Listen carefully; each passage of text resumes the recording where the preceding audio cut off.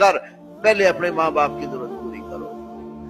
हम अपनी और बेगमात के नखरे तो उठा लेते हैं, औलाद की जरूरतें तो मुकद्दम रखते हैं और माँ बाप का कोई ध्यान नहीं करते।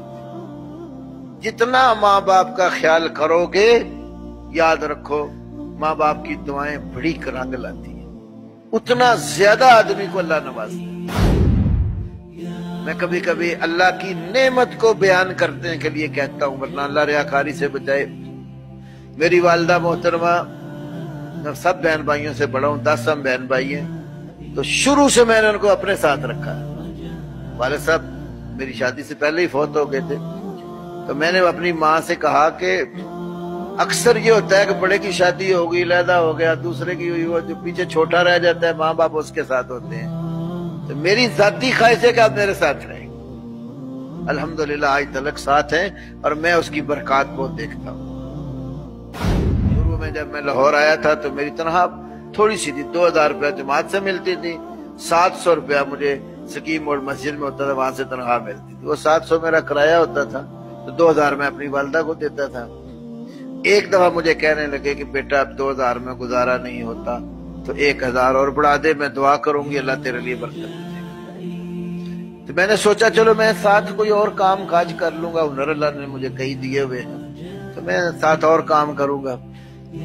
माँ की बात को तो मैं कर नहीं सकता।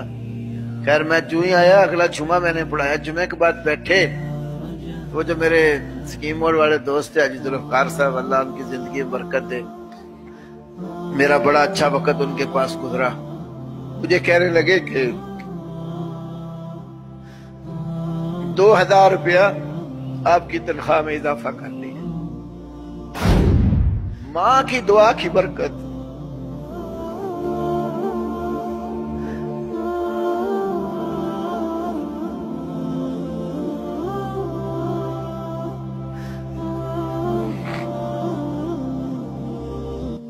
अल्लाह हमें माँ बाप की खिदमत की तौफीक दे। 1000 मांगा, माँ की दुआ ने अल्लाह के यहाँ कबूलियत पाई, डबल अल्लाह ने दिया। कभी भी माँ बाप को तकलीफ ना दो।